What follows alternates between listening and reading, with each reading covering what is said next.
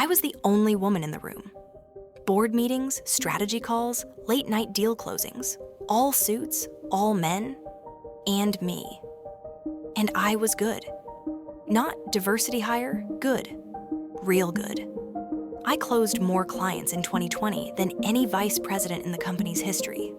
Led 2 acquisition negotiations. Saved a $4 million deal from collapsing. They smiled, they clapped. They called me Claire the Closer. Then I got pregnant, and everything changed. My name is Claire Summers. I'm 34. And this is how a company tried to sideline me for becoming a mother. So I took their biggest client and built something they never could. This isn't a story about payback. It's a story about precision, calculated justice. I worked at a mid-size investment consulting firm in Chicago. All client-based, high stress, big money. I loved it. The pace, the pressure, the win. I didn't care about being the only woman in the room. I didn't need to fit in. I just needed results. And I delivered. I was on track to become senior partner by 35. Until one email shifted everything. It started with subtle moves. First, they took me off the lead for the Weston Group deal. Said it was a high-stress client and I might appreciate the break. Then they reassigned my junior analyst, without telling me. Just streamlining the reporting structure, they said. Next, the new pitch team didn't include me, even though I wrote the damn deck. Every time I asked questions, I got smiles. Just focus on your health, Claire. You're growing a human. Let us carry some weight. They weren't helping. They were sidelining. I was 5 months pregnant when I found out my promotion was on hold. The same position I was promised 6 months earlier, now apparently under review. Why? Because leadership stability is important, and we need someone fully available for the upcoming expansion. Fully available. Translation, not on maternity leave. That day, I smiled in the elevator mirror. Not because I was okay, but because I knew exactly what I was going to do. I didn't argue, didn't cry, didn't ask for fairness.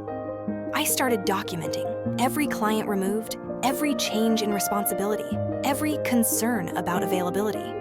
I archived emails, took meeting notes, saved performance reports. Then I reached out, not to HR, to clients.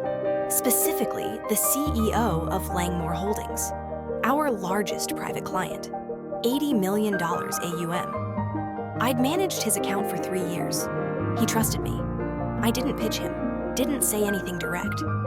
I just let him know I'd be going independent. Soon, he replied. Let me know when you do. That was all I needed. 3 weeks before my due date, I handed in my resignation. I left with zero fanfare. No cake, no speech, just a silent exit, and a full backup of every deck I ever built. I named my firm Summers Strategic, quiet, clean, director. While my daughter napped, I wrote pitch materials. At 2 a.m., I reviewed legal docs. During feedings, I sketched brand identity on my phone. By the time she was 4 months old, I had 3 clients and a part-time assistant. Langmore came next. He moved his entire portfolio to me. Didn't even flinch. He said, "You're the reason I stayed with your old firm anyway." 1 client turned into 2. 2 became 8. I didn't advertise, didn't gloat, didn't post on LinkedIn. I just worked. By the time my old firm called, it was too late.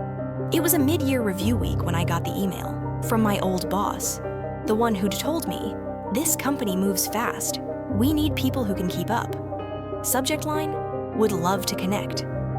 Inside, a generic note about possible collaboration opportunities. He even threw in, "We've always respected your work, Claire." I didn't reply. The next day I saw it in the news. Their quarterly losses, Langmore's departure, 2 junior partners quit. The firm was bleeding, and they wanted me to patch the wound. But I wasn't a bandage anymore. I was a competitor, and I wasn't available. They tried to silence me with smiles, tried to push me out quietly. But all they really did was give me space to grow. I didn't take revenge, I took control. And now, they scroll, they watch, they wonder. Meanwhile, I sign contracts during preschool pickup. run meetings during nap time, and build something that answers to no one but me. Calculated justice. Have you ever been told to wait your turn while someone else took your spot? Drop your story in the comments. I want to hear it. And if this one hit home, subscribe. Because justice doesn't always shout. Sometimes it scales.